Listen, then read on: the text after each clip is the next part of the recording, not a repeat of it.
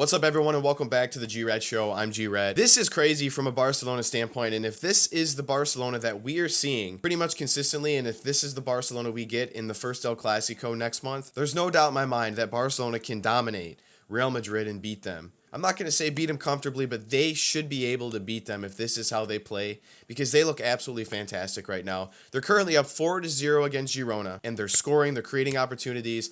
This is so exciting to watch from a Barcelona standpoint. So we're going to discuss the match, players, and then we'll get into the Champions League expectations and more, since that starts next week. If you guys haven't already, don't forget to like this video and subscribe. Now let's jump in and talk Barcelona.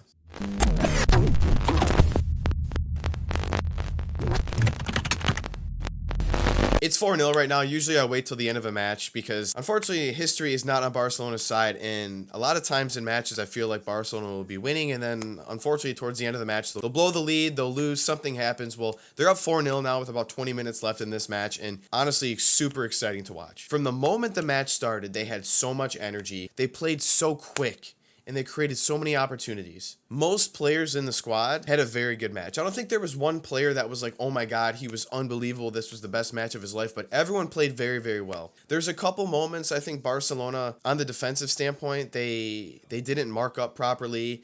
Ter Stegen had to make a good save at one time. There was a couple other moments like that. I think Barcelona got a little lucky from the penalty call, but besides a few mistakes from a defensive standpoint, Barcelona was almost near perfect, and they definitely got some revenge because they lost 4-2 both times last season. Now they're up 4-0. This is insane. And if Lamine Yamal, players, we'll discuss the players now. I mean, Lamine Yamal, 2 goals. The kid's just class. And if he keeps scoring, there's not one thing any of these critics or haters can say, especially the Madrid fans who want to say, oh, well, Brahim Diaz and Rodrigo score more than Lamine Yamal, so they're better. If he keeps doing what he's doing, there's not one person that can really criticize him and say that he's not a fantastic player, he's not scoring, because this Lamine Yamal, I can't even say he's one of the best youngsters in the world at this point. If this is what we see week in and week out, he is one of the best players in the world, 100%.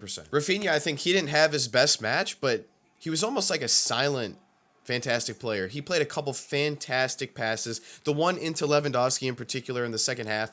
I don't know how Lewandowski doesn't score. He tried to do a little too much. He could have just went outside, or once he took a touch, he could have just shot first time. I was really disappointed. I thought he should have scored, but Rafinha played a pretty good match. He created a couple chances. Lewandowski, not his best performance. He definitely could have scored that goal. He had a couple other okay chances, but he was probably one of the most silent players on the attack for the most part of the match, which is fine. Luckily, it didn't matter as much, but the team, just from an attacking standpoint, it's so interesting because last year and the years prior, it just seemed like every time Barcelona had the ball, even on the counterattack, it was just still slow.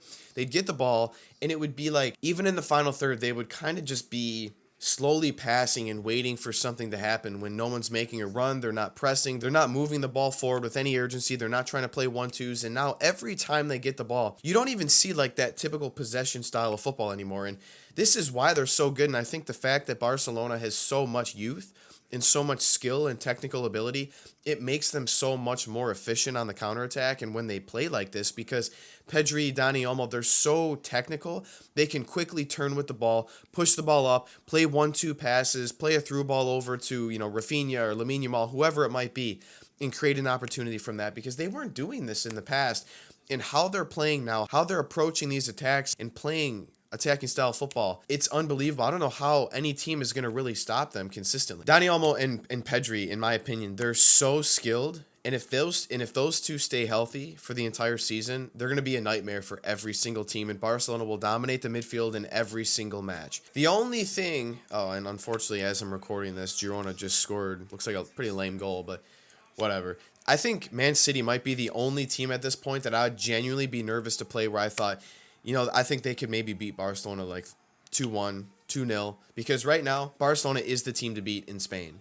They look better than every single team in Spain.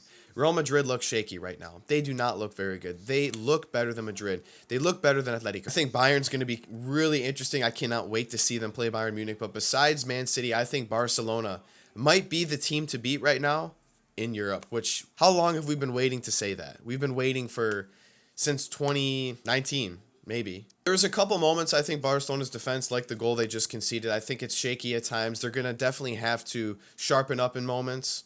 But I think once they can get Araujo back and Christensen back, and unfortunately Araujo won't be back, I don't think, for at least 3-4 months, so it's going to take some time. They need to mark up better from a defensive standpoint. I think that's the one thing they're going to struggle with against Real Madrid is they're going to have Real Madrid's counterattack is still good, and they're so fast, and I think they're going to have players running in and coming in underneath supporting that I think Barcelona might leave a couple players unmarked, and I think they might concede a goal or two like that. But if we're just talking about play and possession for the entire match, I think Barcelona should mostly have most of the possession and create a lot of dangerous opportunities, if I'm being completely honest. Because when we look at Real Madrid, I watched their entire match against Real Sociedad the other day, and to be completely honest, Real Sociedad, I don't want to say they should have won, but they hit the post 3 times.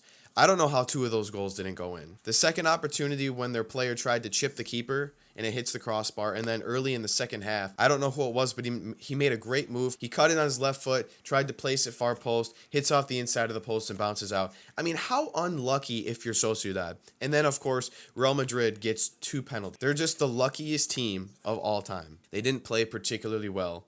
They really didn't create any in-play opportunities. Mbappe in the first half had that one shot. They maybe had 1 or 2 decent opportunities throughout the match after that, but 2 penalties. The first, it was a penalty. I mean, it hit his arm, but it was ridiculous. The ball wasn't going in. I mean, how unlucky it was for Sociedad. And then the second penalty, let's be completely honest. That's complete robbery. How on earth is that a penalty? Vinicius already played the ball. The Sociedad player is just, his momentum is taking him and his leg hits Vinicius's leg. And it wasn't even anything crazy. Vinicius is just ridiculous. The fact that that even was looked at in the first place to VAR was insane. And this is the type of shit that they get in their favor so often. Now, again, I think Barcelona got a little lucky when Girona won that penalty and then they reversed it. Now, my only thing is I think it was Martinez jumped up to head the ball. His arms were kind of already out as it is. And yeah, after the ball was headed, it kind of skimmed off his arm, but the ball wasn't going in the net. There was not one player there. In those circumstances, like, I understand the rule is the rule, but like, there was no chance in the world that there was ever going to be a scoring opportunity after that. So I kind of understand that. And it was the same thing with Real Madrid second. There was no way that, like, after the ball was played, how does that hinder a goal-scoring opportunity? It's just complete flopping from Vinicius and robbery from Real Madrid and VAR, which we see all the time. They have 4 penalties in 4 matches. Mbappe has 1 goal in real play for Real Madrid. He has 2 penalties. I think both of Vinicius' goals are penalty kicks. I mean, Real Madrid does not look good. Barcelona can beat Real Madrid. Tchouaméni and Camavinga and Bellingham will be back, but Araujo and Gavi and Frenkie de Jong will be back. Hopefully, Frenkie will be back sometime this season. I'm not that nervous to play Real Madrid. I think Barcelona is better than Real Madrid right now. So let me know what you guys think about that down below. Do you think Real Madrid was lucky in getting that second penalty? Do you think Barcelona at this moment, can they beat Real Madrid? Do you think they look better than them? And does Barcelona next to Man City look like the best team in the world at this moment? Heading into the Champions League, obviously that's a little different. Barcelona's first match is against Monaco, so of course you want to win. We'll see how they can do in the Champions League. I think they're going to do great. I think they probably win 4 or 5 of those matches, probably lose 1 and then draw the other 2. But I'm completely happy with how Barcelona looks. This is complete domination from Barcelona in Spain right now. Fantastic goal differential. 5 victories in 5 matches. And they've won 2 important matches against Girona on the road and Athletic Club away from home too. So this is a very, very good spot that Barcelona is in. Hopefully the injuries continue to stop and the players like Gavi and Frenkie and Araujo can recover fully. Hopefully we see Gavi soon. It looks like Fati will be returning for the Champions League. So everything is looking pretty good besides this whole bullshit drama with Frenkie de Jong, which we all are sick of at this point. But besides that, everything looks great for Barcelona. I can't wait to see how they do in the Champions League. Let me know your thoughts about everything down below, and we'll see you guys back here next time on the G-Red Show.